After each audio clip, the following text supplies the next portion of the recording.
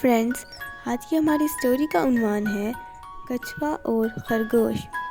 پیارے بچوں، دریا کے کنارے کسی خوبصورت جنگل میں ایک کچھوا رہتا تھا۔ وہ ہر صبح سیر کو جاتا تھا۔ سیر کے دوران اسے اس کا پیارا اور نٹکھٹ دوست خرگوش مل جاتا تھا۔ خرگوش کو تیز دوڑنے اور چھلانگیں لگانے کا بڑا ہی شوق تھا۔ کچھوے کی ہلکی رفتار دیکھ کر خرگوش اس کا مذاق اڑاتا تھا۔ تم کتنا آہستہ چلتے ہو، مجھے دیکھو میں کتنا تیز دوڑ سکتا ہوں۔ ایک دن جب خرگوش نے کچھوے کو بہت تنگ کیا تو کچھوے نے کہا، بھائی خرگوش، غرور کرنا اچھی بات نہیں ہے۔ اگر ہم دوڑ لگائیں تو کیا پتا میں تمہیں ہرا دوں۔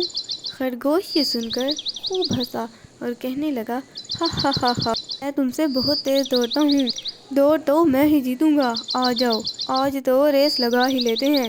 ہار جیت کا فیصلہ کرنے کے لیے دونوں نے اپنے دوست چوہے میاں کو بلایا۔ چوہے میاں نے کہا، جو پہلے دریا کے کنارے پہنچا وہ جیت جائے گا۔ دوڑ شروع ہوئی۔ 1 2 3۔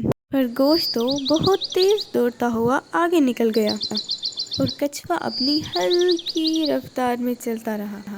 جب کافی آگے نکل گیا تو اس نے سوچا، وہ میں نے ہی جیتنی ہے، کیوں نہ کچھ دیر آرام کر لیا جائے۔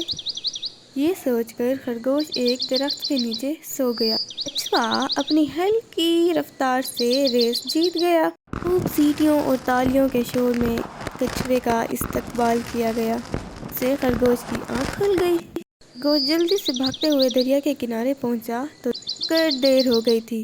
کچھوا ریس جیت کر چوہے میاں سے انعام لے رہا تھا۔ خرگوش کو بہت شرمندگی ہوئی۔ اس نے آگے بڑھ کر کچھوے کو مبارکباد دی اور وعدہ کیا کہ آئندہ کبھی کسی کا مذاق نہیں اڑائے گا۔ تو بچوں، ہمیں غرور نہیں کرنا چاہیے، ان کا مذاق بھی نہیں اڑانا چاہیے۔